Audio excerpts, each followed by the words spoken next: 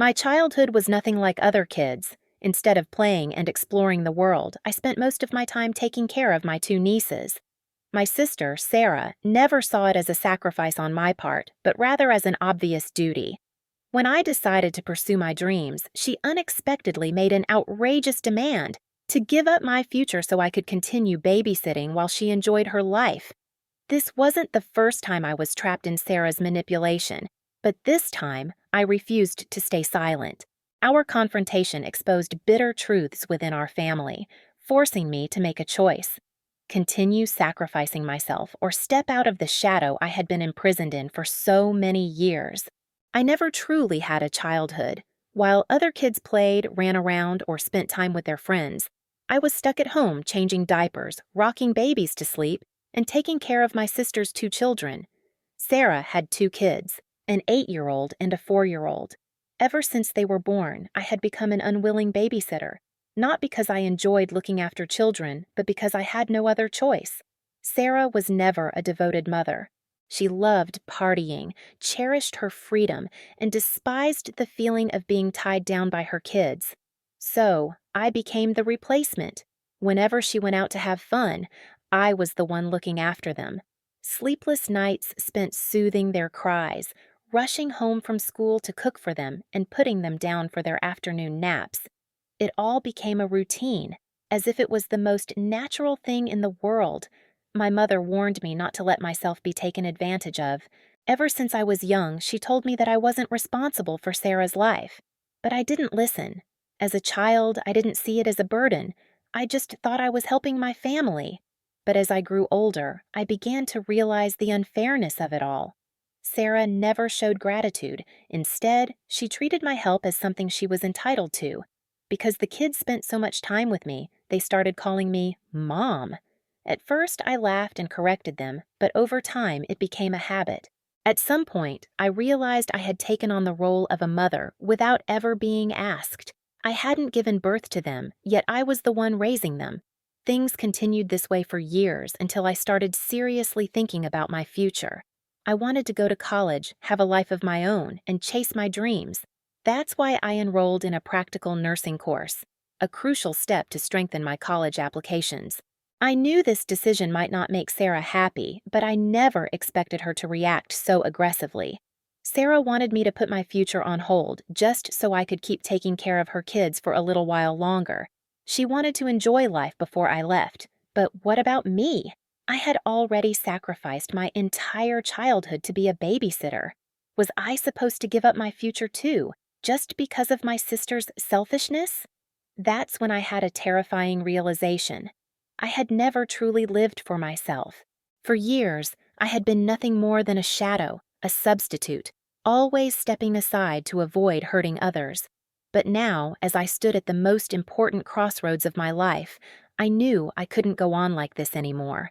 I had to make a choice: continue being trapped in Sarah's endless cycle or finally put myself first for the very first time in my life. I knew I had to make a decision. For years, I had put others' needs above my own, sacrificing what should have been mine just to please Sarah. But now, when I finally had a chance to break free from this suffocating life, she wanted to pull me back into the same cycle. I wasn't surprised by Sarah's reaction when she found out I had enrolled in a practical nursing program. I knew she wouldn't be happy, but I never expected her anger to be this intense. In her eyes, I was an ungrateful, selfish little sister who only thought about herself. "This is the only thing I ever asked you to do," she screamed, as if I owed her my entire life. I was all too familiar with this kind of emotional manipulation. Since childhood, whenever Sarah didn't get what she wanted, she would do everything in her power to make others feel guilty. And I, like a puppet under her control, always gave in because I hated seeing people upset. But this time, I wouldn't give in anymore. "Why don't you take care of your own kids?" I asked bluntly. "I'm not their mother. That's your responsibility." My words cut deep, wounding Sarah's pride. She stared at me, her anger mixed with shock. But I didn't regret it. I couldn't keep carrying responsibilities that weren't mine. The tension reached its peak when my mother stepped into the argument. She had never favored either of us, but this time she firmly took my side. You have no right to demand that your sister sacrifice her future, my mother said, her voice calm but resolute. I gave both of you the same opportunities. If you didn't use yours wisely, that's not her fault. Those words were probably the last thing Sarah wanted to hear, because they reminded her of a truth she had always tried to ignore. She once had the chance to build her own life, but she wasted it. Sarah had studied nursing just like me, but she never made her education a priority.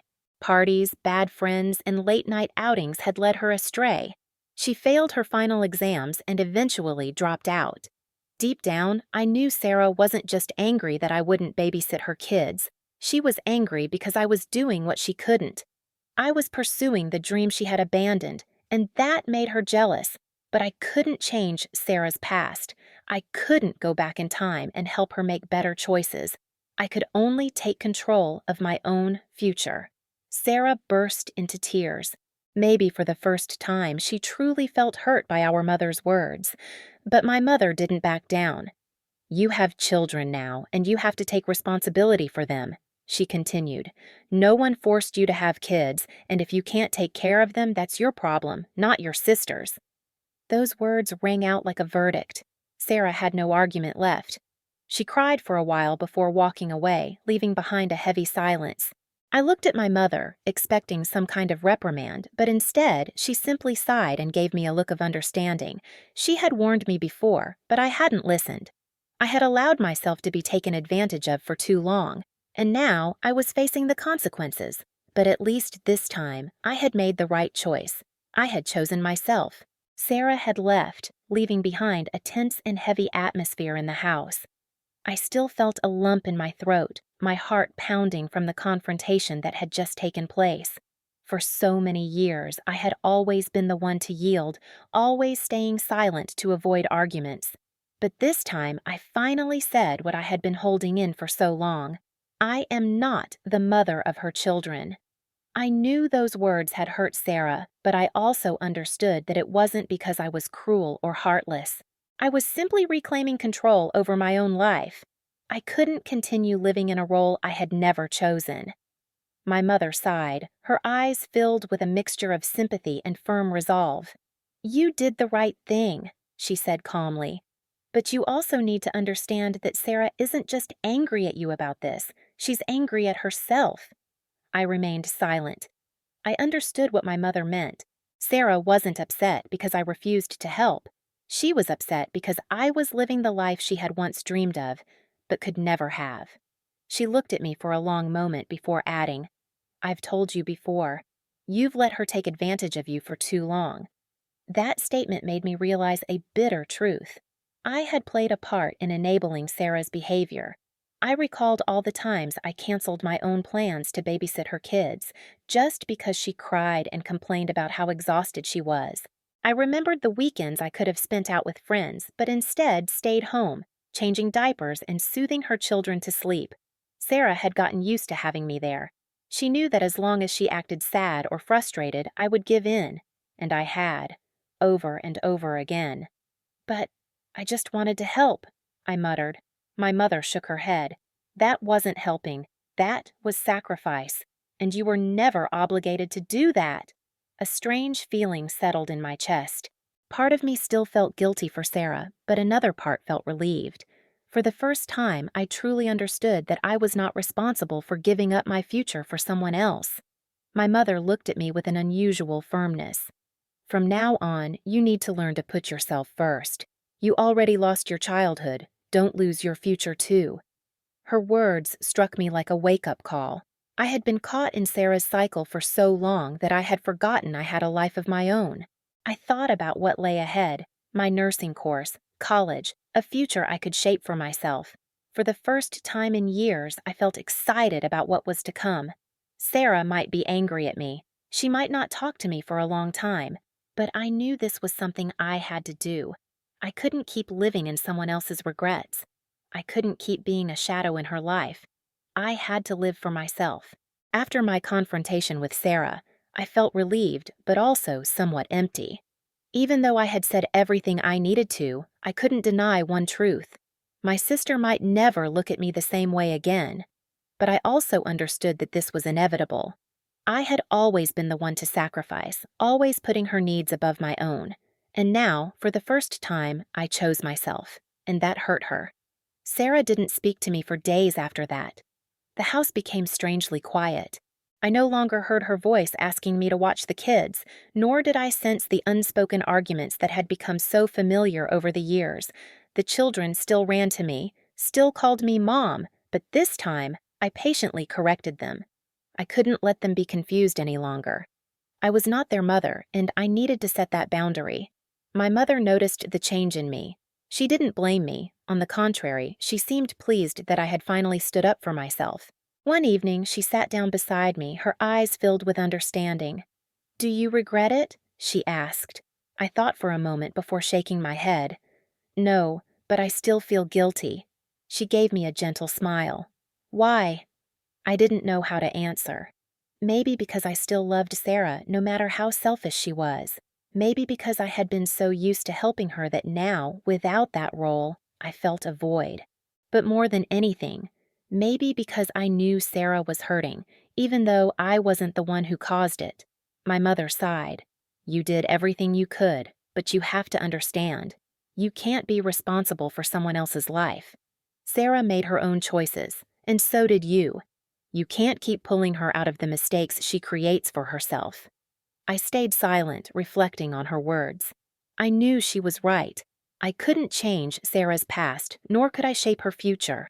The only thing I had control over was myself. The next day, Sarah finally spoke to me, but instead of an apology or an emotional conversation, she simply said, "I don't need your help anymore." I looked at her for a long time, searching for something in her eyes, but she had shut herself off. Maybe she felt hurt. Maybe she still couldn't accept the reality that I would no longer be there to carry her burdens. I didn't try to convince her of anything. I simply nodded. All right.